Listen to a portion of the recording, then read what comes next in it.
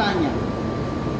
We need bolognese or meat sauce, bechamel or white sauce, from Granoro, lasagna, instant lasagna, no need to boil.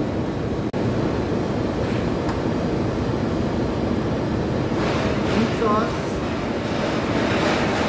bottom, para hindi dumikit. Spread lang, spread. And then, instant lasagna. Overlap lang natin siya.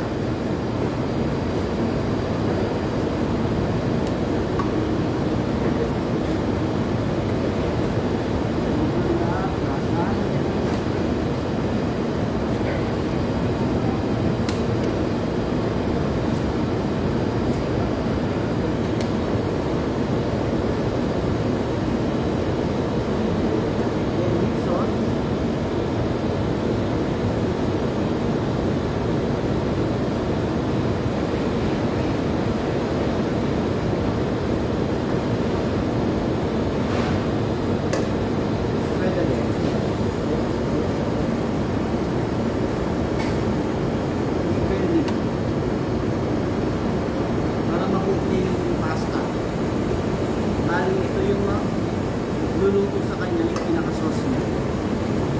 Saka dapat guys, itong lasagna kung magagamit tayo ng instant lasagna, kailangan natin ma-oven para ma-absorb ng pasta yung mga sauce at maluto siya. Or else, mag-iilaw siya. Then, bechamel, white sauce.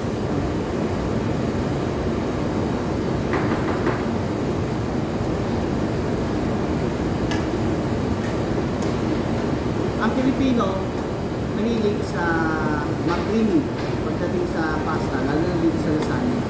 Ang Italian naman, more on tomato base. Ay mga Pilipino, mas gusto natin makrema. Then, Parmigiano-Reggiano. Pwede rin kayong gumamit ng alternative nito na mas mura, yung Grana Padano, cheddar cheese. Then, layer ulit ng ating pasta.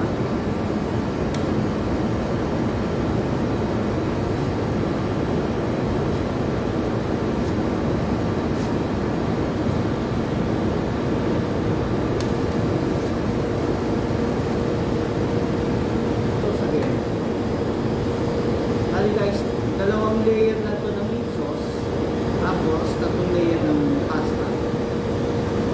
Mas maganda rin kung i-overnight ito para mas ma-absorb ng pasta yung meat sauce. Next time, gagawa tayo ng fresh pasta. From scratch tayo. Ngayon instant muna.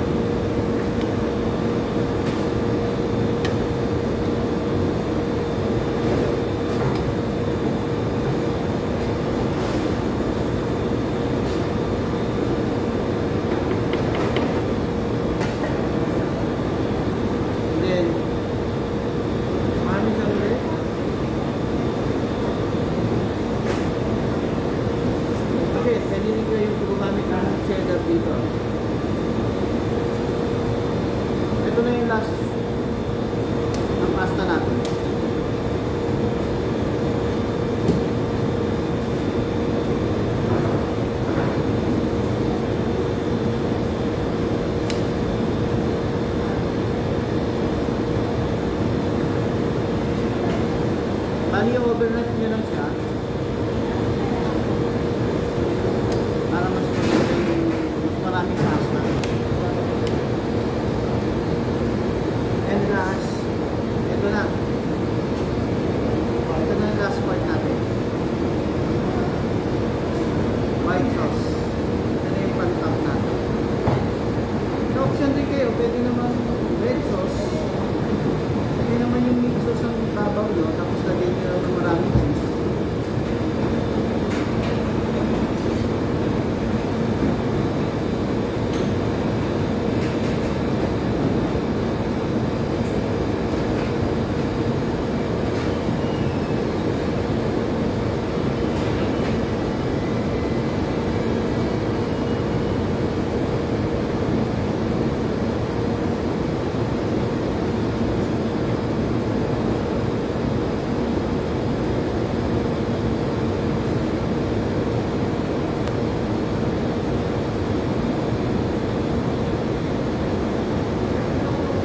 Even lang, medyo kapalan nyo yung cheese nyo dito, yung white sauce nyo dito, para matabunan nyo talaga yung pasta at hindi siya mabuyo. Ayun lang, kung kayo marunong magpalitada sa mga stashing roll, madali lang to, or kaya sa mga cake. Madali lang to. Kaya yung gusto mga wala pa dahil or Parmigiano Reggiano.